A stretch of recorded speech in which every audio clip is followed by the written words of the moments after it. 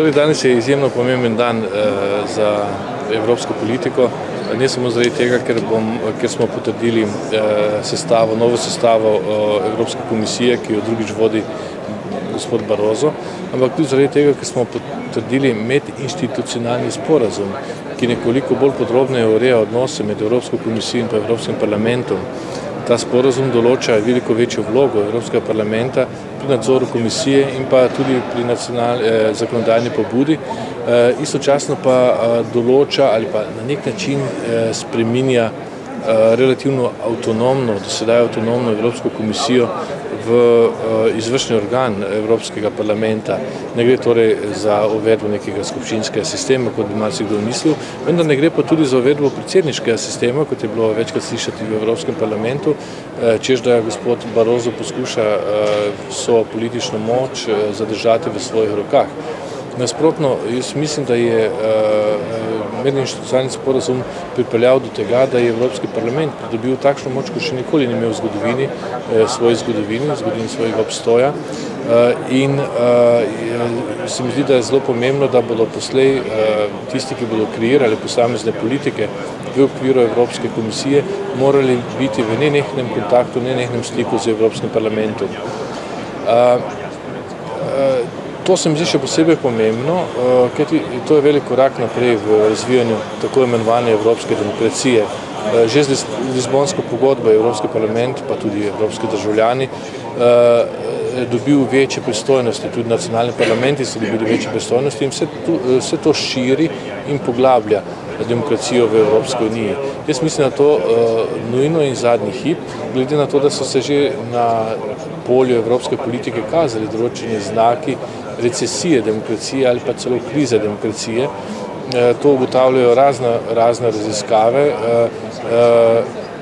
in njihove ugotovitve temeljijo na dejstvih, da je recimo udeležba na volitvah državljanov v Evropski uniji, tako na evropskih volitvah, kako tudi na nižjih ravneh, vse manjša, da je zaupanje državljanov v temeljne demokratične vrednote vse nižje, da državljani v Evropi vse manj zaupajo temeljnim demokratičnim inštitucijam, da se pojavljajo nekateri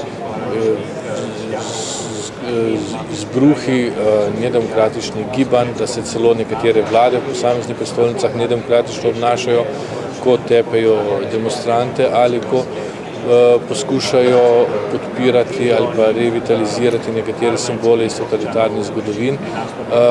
Skratka, vrsto znakov je, ki jih gospodarska, socialna in politična kriza še poglablja. Torej,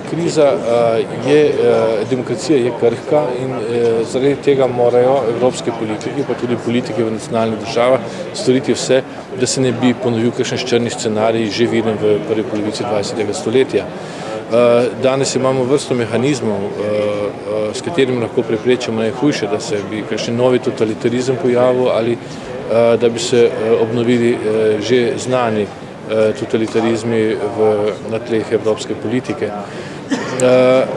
Tokrat ima pač Evropa nekoliko boljše izhodišče in če bomo dograjevali, institucionalno dograjevali demokracijo in če bomo več pozornosti namenili razvoju demokratične zavesti, evropske dimenzije, demokratične kulture tudi in pa zlasti v tako imenovanih postkomunističnih državah, potem se ni bati za prihodnost demokracije v Evropi. Komisija bo skupaj s parlamentom imela, nova komisija bo skupaj s parlamentom imela v tem mandatu veliko in zelo pomembno vlogo. Evropska unija se bo morala uveljaviti v svetovnem merilu. Če so bile Združene države Amerike obljubljena dežela v 19. in 20. stoletju, bi v 21. stoletju to vlogo morala prevzeti Evropska unija. Evropska unija ima vse resurse, da prevzame vodilno vlogo, ima nekatere močne članice, ki lahko potegnejo voz naprej in jaz sem prepričan, da bo za skupno dobro koordinacijo in pa z posameznih politik in z nekaterimi skupnimi politikami to zmogla, to svojo vlogo. Veliko pričakujem tudi na področju od te komisije, tudi na področju kmetijske politike. Kot je znano, bo v tem mandatu morala uvesti novo skupno evropsko kmetijsko politiko, ki bo še bolj usmerjena v trajnostni razvoj kmetijstva, v podporo in financiranje tiste kmetijske proizvodnje, ki se lahko proda na trgu, torej bo odprla deloma vrata tudi trgu in potrebam potrošnikov. Istočasno pa čaka komisijo vrsto pomembnih nalog tudi na varnostnem področju.